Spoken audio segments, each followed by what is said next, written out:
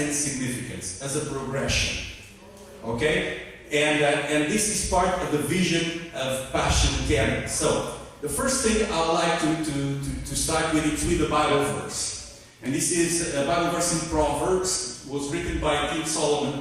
And he said on Proverbs 29:18, where there is no vision, the people perish. Now, some versions, they say the people go unrestrained. I think it's the NIV version. And others, they have similar things. But the sense is this, where there is no vision, people perish or die. Or they don't have a progress. They grow unrestrained. There's no discipline. So it's very important that we grasp a vision for our own lives. So vision for our own lives, it's really, really important. And where do we get vision for our own lives? Well, when we are people that believe in God and attend to a local church, the local church should plug us really to God in a way that we receive vision from Him. And when we receive a corporate vision, there's a corporate blessing. And I've seen this happening over and over. I had privilege of pastoring congregations that were poor, and as people received vision, suddenly they all started to succeed in their financial lives, and after a few years, nobody was poor, but everybody was really wealthy. And this can happen corporately, and we expect that to happen too here at Passion Canada, though it's not our goal. Our goal is really to see people getting saved. But it's very important for us to receive vision. If you don't have vision, you will not have progress in your life. So whatever you do, we have a couple that today we're going to bless them because they're going to leave us to live in Houston.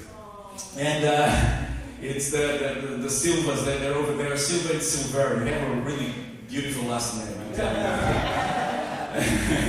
And they're going to Houston, Texas. And why? Because they have a vision to build life there in Houston.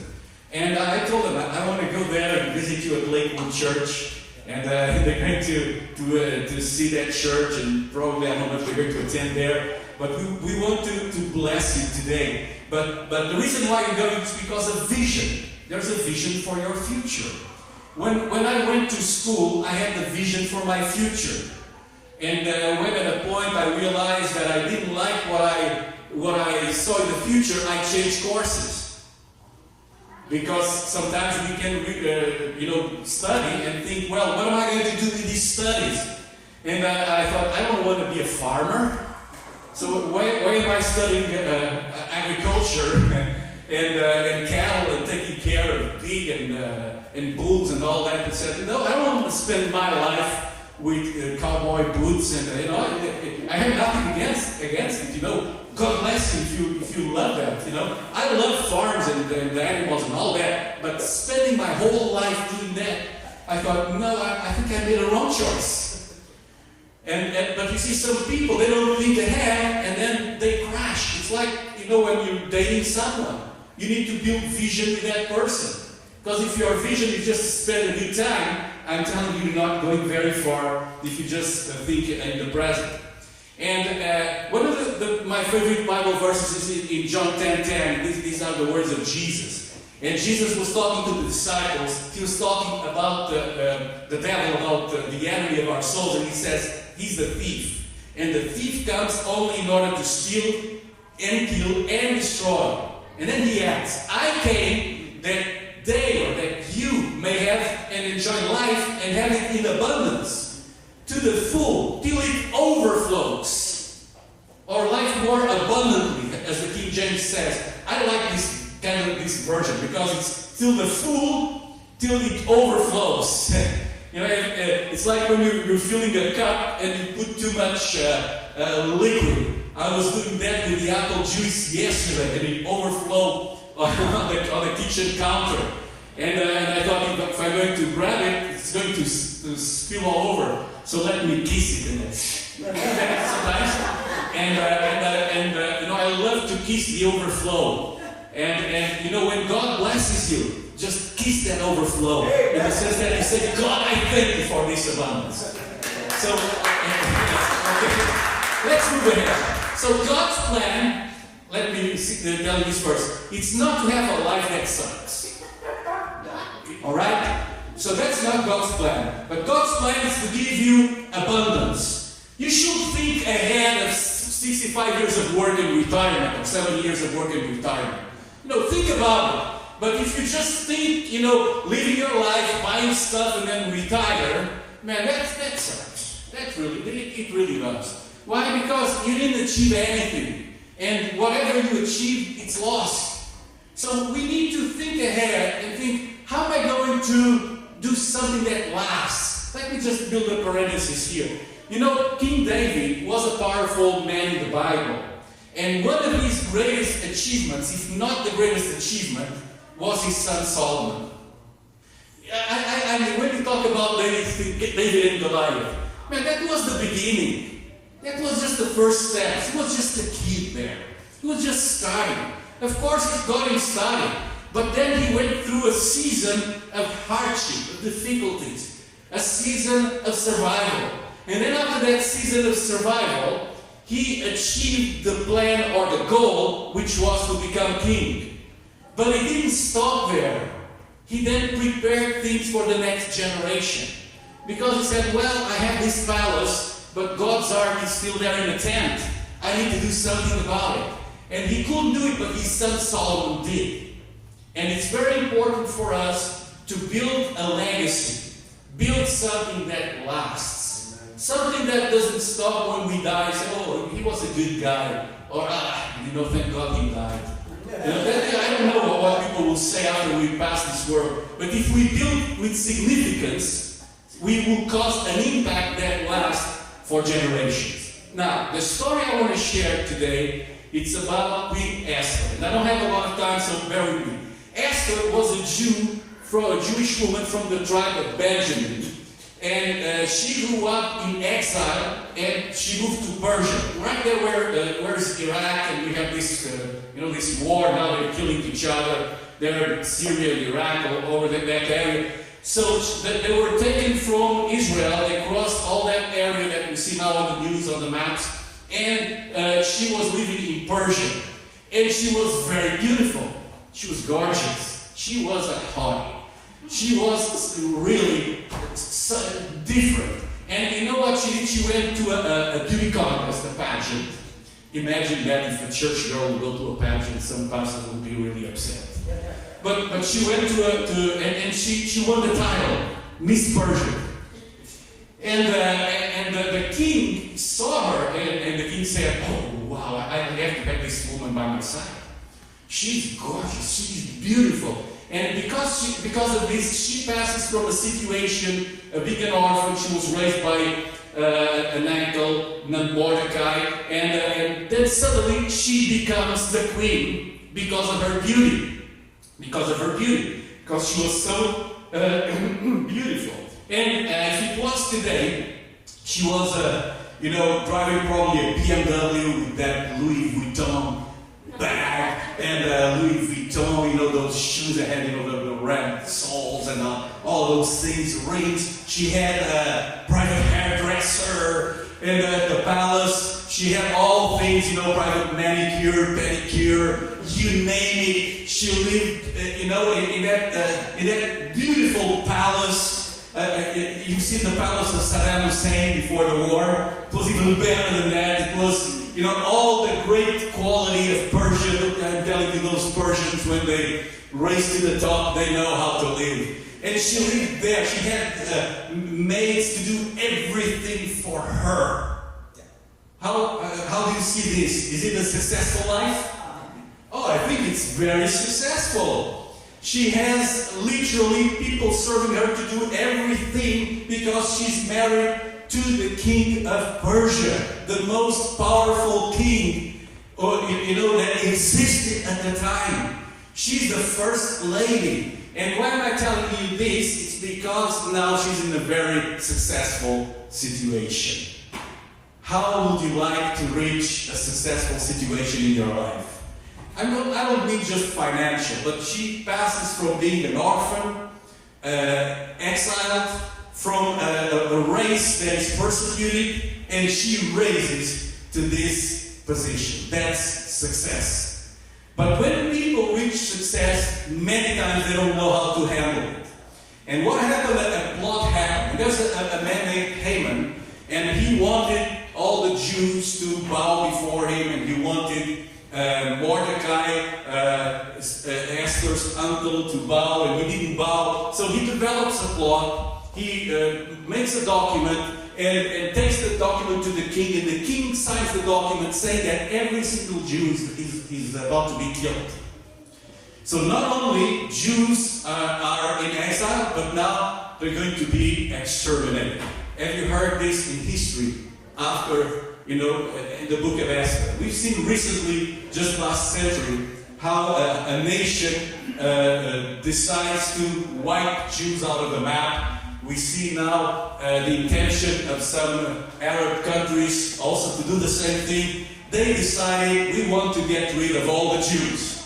And when this plot happens, Mordecai comes to Esther, and this in chapter 4, he talks to her, and he says the following thing, Esther 4:14. If you keep silence at this time, relief and deliverance shall arise from the Jews from elsewhere, but you and your father's house will perish, and who knows but that you have come to the kingdom or to the world for such a time as this and for this very occasion.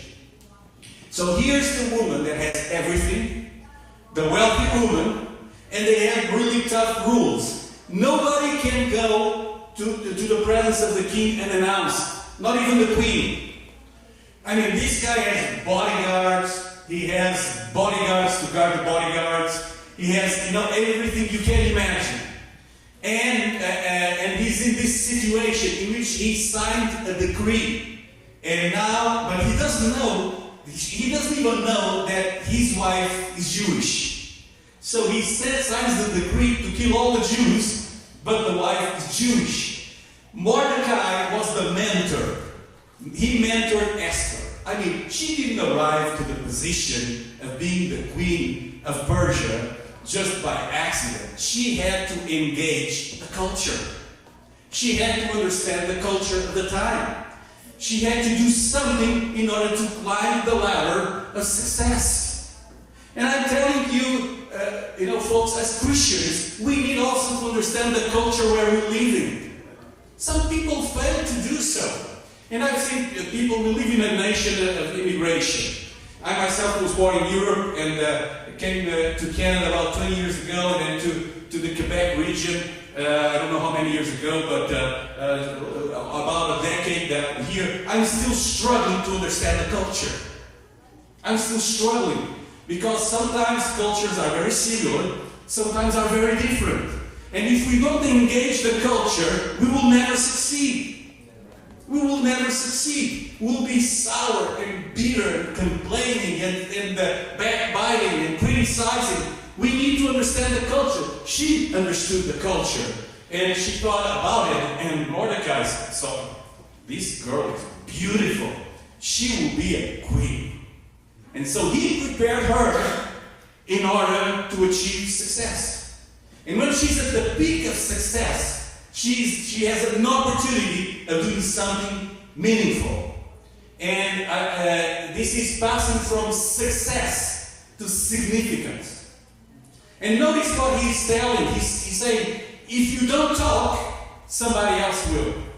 So by other words, you have your opportunity. And then she answered, and she said, okay, gather all the Jews, let them fast and pray. They're going to do a 3-day fast. And they're going to pray in this place, and I'll go to the king. And I know this is a huge plot, and they will try to kill me. If I perish, I perish. It doesn't matter what happens to me. I have decided that I'm going to take the risk of going from my successful situation to another level and to give meaning to my life. I'm putting my life on the balance for all the nation of Israel. I will give my life for the nation. I'll give my life for the people. And this is kind of a type of Christ. And Esther is in the genealogy of Jesus Christ. So we need to understand what was happening here. And she's given the opportunity. So you need to know how to deal with yourself and with your culture in order to succeed. That's the first step. She couldn't go to the presence of the king if she wasn't the queen. So she was raised to that position. And I guess the king will be very upset to know that he signed a decree to kill his trophy wife. Because it's the trophy wife. She's the beauty queen. She won the title of Miss Universe. And he doesn't want to kill her. So we need to learn also ourselves, and this is an example, to know who we are. And you understand that you are who you are because of why you are. I'm going to say it again. You are who you are because of why you are. Because you're in this world for a purpose. And one day, your opportunity will come. That season of opportunity will come to everyone. You'll have an opportunity to do something meaningful. And let me tell you also that you're not here by accident. Maybe your parents told you, oh, you were born by accident. You know, this happened, that happened. We traveled, we were not planning you. You're an accident. I don't know if anyone told you this, that you were an accident. I was told that I was born by accident. But I never convinced myself that I was an accident. You see, in God's kingdom, there are no illegitimate children. You have a purpose, and God has a plan for your life. So don't blow your opportunity. Either you're in business, you're in sports, you're in arts, you're doing something with your life. Do the best you can. Take advantage of every opportunity. Don't reject the opportunities. See that you are well connected.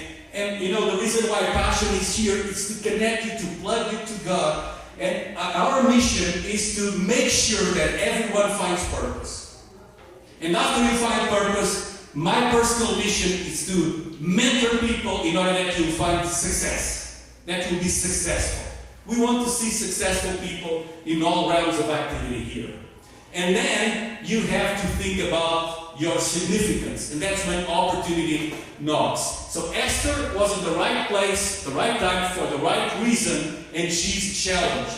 And she's told, if you do not raise to the occasion, somebody will. Well, I don't know if you ever applied for a job and you got accepted because somebody else better than you or with more skills than you decided that they were not going to take the job, or they rejected the job. I don't know if that ever happened to you. That you get to a position by accident. And maybe you were the third or the fourth choice. Don't worry about it. What it really matters is that you got the job. Alright? So just say, yes, I'm qualified, I can do this. Oh, are you good with computers? I'm amazing. Don't say, I will learn on the job. But think about it. Okay, I will learn on the job. And say, yeah. Can you do this? Sure I can. Sure I can. Don't ever say, I'm not qualified, I cannot do it, I don't speak French, or I don't speak English, or I don't do this, I don't do that. If you grab the opportunity, just take it. Just take it. And then raise to the occasion. Because God is placing you. And remember, this verse, I don't want to tell you and call you names, but it says that God has chosen the foolish things of the world to put to shame the wise. How many of you were chosen by God here? You're foolish. How do we know this? Because the Bible says so. God shows the foolish to put to shame the wise, and God shows the weak things of the world to put to shame the things that are mighty, and the base things of the world and the things which are despised. God has chosen the things which are not, to bring to nothing the things there are. So it was like this, the early disciples, they were mocking them because they were Christians. Do they mock Christians today? Yes, they do. Do they call Christians foolish? Yes, they do. Do they say Christians are old-fashioned? Yes, they do. But guess what? God didn't choose those people that criticize you. God chose you. And God places you in this world with a purpose in order to bring some sort of order to this world. let me conclude today, and I will follow these thoughts in another occasion. There are 3 levels in life. The first level is called survival. The second level that I mentioned is called success. And then the third level is called significance. So survival, success, and significance. Many of you here today are in survival mode. What is survival mode? Struggling to make that pay. Struggling just to get along. Struggling to put food on the table. Struggling to pay your debts. Struggling with the situation in your marriage. Struggling with the situation in your workplace. Struggling without a job. Struggling for something, and you just barely survive. You don't want to stay there. If you're there, you don't want to stay there. And let me tell you, all of us eventually will be in this situation. We're just surviving. Have you ever watched the series Survivor? I watched it once or twice. I really don't like it that much. I know some of you here are fans. And you know that people struggle to survive in tough situations, in the jungle, here and there. You know, if you're thrown in jail, you need to survive. You know, there's different situations in which you just survive. That's not a life.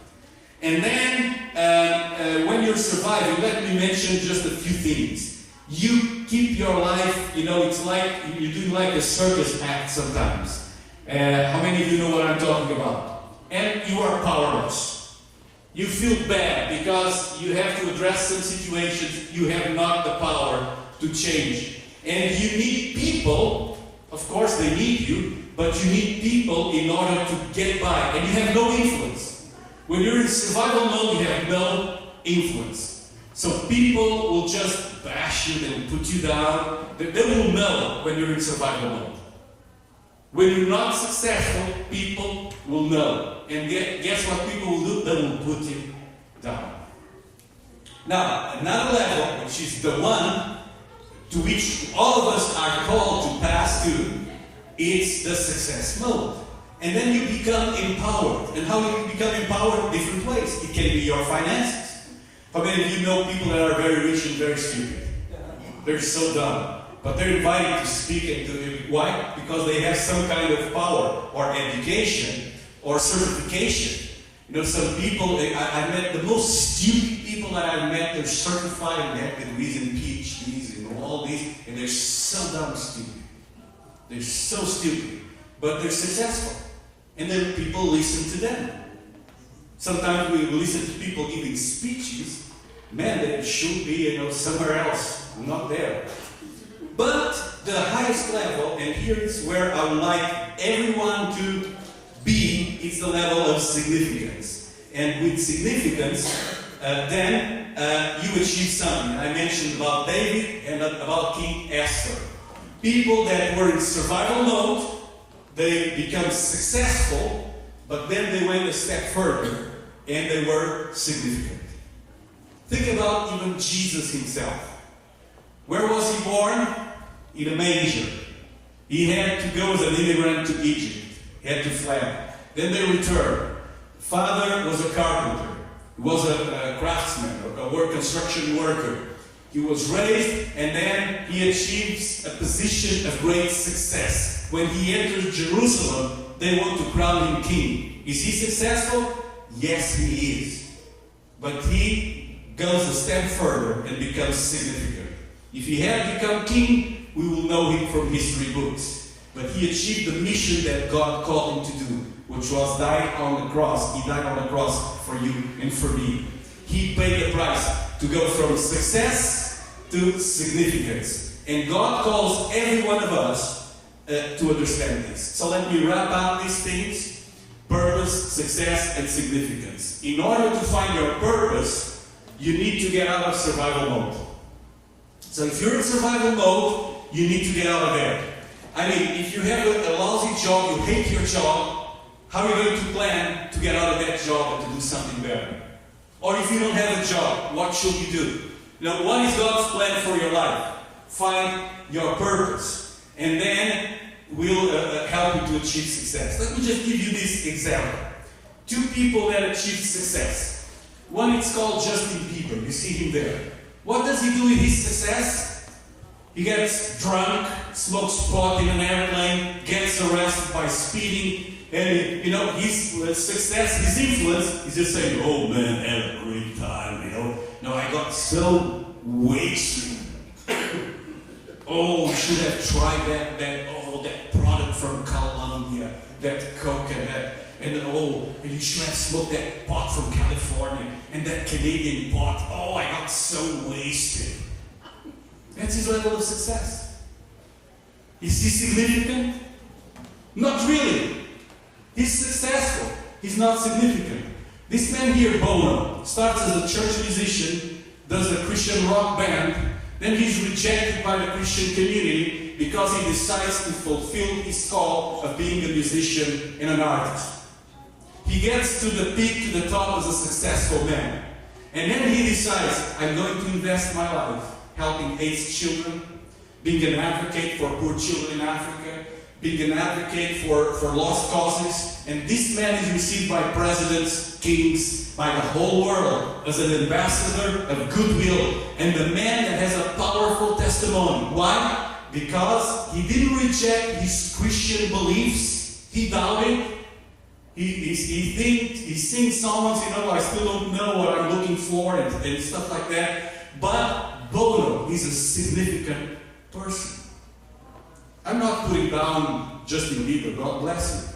Now, also raised as a Christian kid and a church musician, both of them. Elvis Presley, raised also as a church kid and a musician.